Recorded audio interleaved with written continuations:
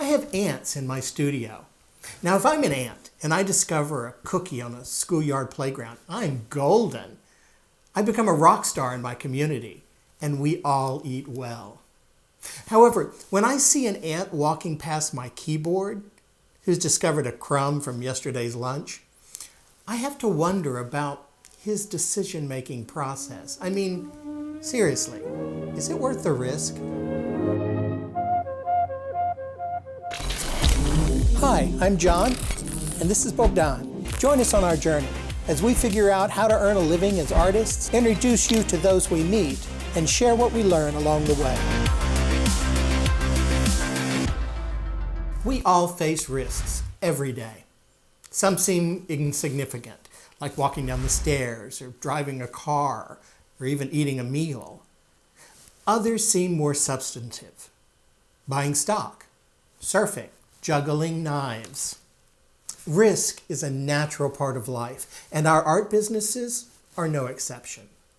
And although our risks may look different from those of a fireman or a brain surgeon, they are risks nonetheless. I spent 30 years as a librarian, and not once did I face a life or death situation, at least none that I was aware of. No one becomes a librarian for the rush. But just because my job didn't compare with the careers that faced annihilation daily, didn't allow me to ignore the risk levels that my career did present. And there were more than you might suspect. It's universal. Our challenge is to navigate in a world of danger and have a successful life without getting injured or eaten. Let's go back to my ants. Ant number 1 finds a cookie on the playground. Ant number 2 searches my desk for crumbs. The chances that ant number 2 will be successful in his project is exponentially slimmer than that of ant number 1. And the fact that several of his competitors have been squashed unceremoniously doesn't make me any prouder of his quest. Let's face it, ant number 2 is an idiot. Not only is his risk ratio much greater, he was seeking a far smaller prize for his troubles. He risked everything for very little. Now, don't hate me. I actually love ants. I look at them as free house cleaners.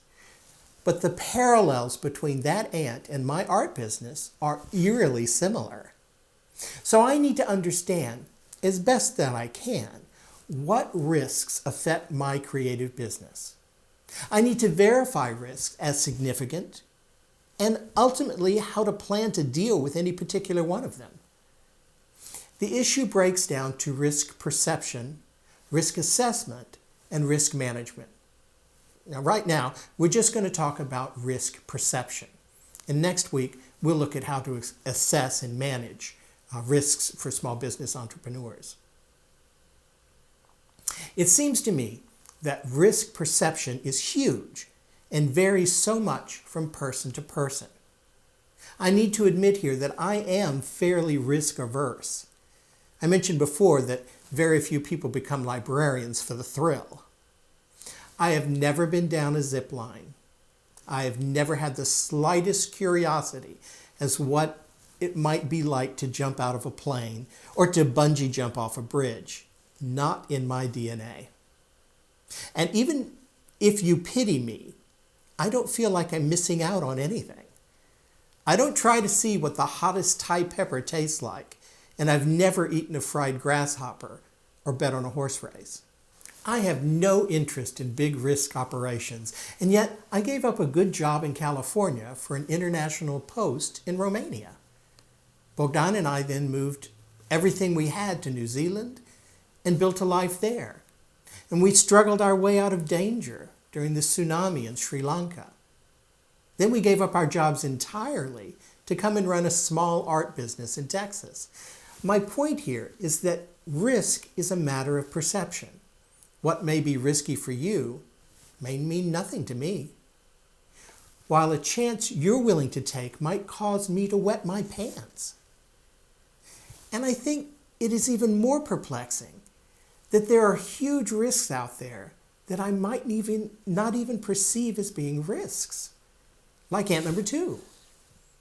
We can make really or dumb, uninformed decisions without even knowing it. Another issue that perplexes me is that there are huge risks in taking no risk at all. Think about how paralyzing it would be in your business to play it totally safe. And if you're completely honest, how many of us believe that risks are always a bad thing? A risk is not necessarily or even primarily negative. Risks are opportunities. You wouldn't want to run a business with no opportunities, would you?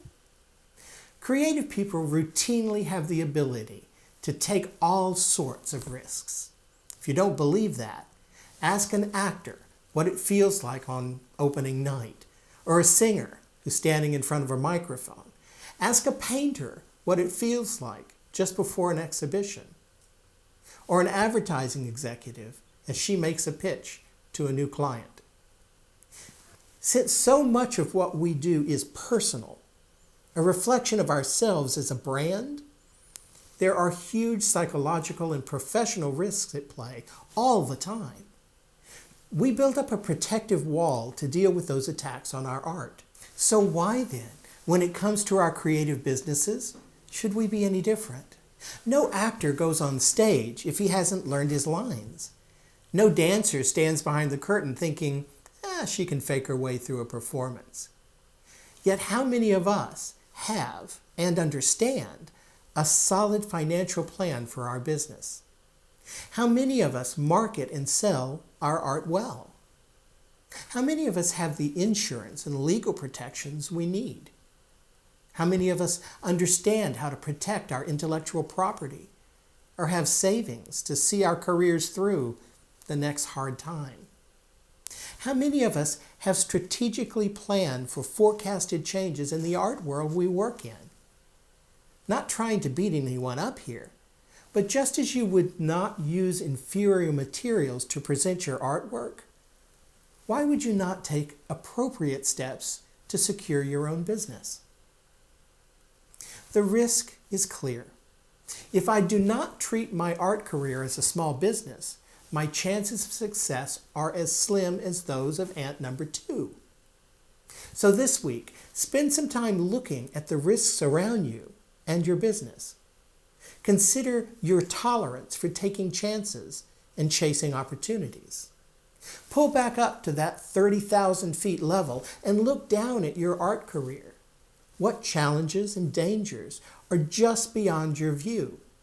And imagine how you might identify them, survive them, and exploit them to your advantage. Risk-taking is often cited as the most important attribute of entrepreneurs. These are people who are able to live with and manage risks that others would run away from. That doesn't make them foolish or irresponsible, but it does mean that they are far more susceptible to failure. And it doesn't mean that they are immune from consequences. I know I have an idea in my head of entrepreneurs being wealthy, and so wealthy that they can afford to take big chances and survive big losses. Of course, that's not true. These folks did not start out rich and successful. There are scores of stories out there about entrepreneurial projects that were undertaken by people who put everything on the line. I guess you don't hear much about the ones who didn't make it or who gave up. I don't want to give the impression, though, that only the ones who are wildly prosperous are successful. This is a spectrum across which there are countless people failing and succeeding. It would be unfair of us to only consider the polar extremes of that continuum. It's not a contest. My success or failure is about my journey and in no way compares or competes with yours or with Oprah's. I can look to my heroes for examples, but there's no guaranteed path to success. My success depends upon my ability to take risks at a level I can tolerate, learn from my mistakes, and repeat the process again and again. I guess that means that success is indeed the journey. I can't imagine a successful entrepreneur just sitting back and saying, right, finally I've made it. Now I can stop. You would never do that with your artwork. So here's your homework for the week. Make a list of 3 entrepreneurs you really admire.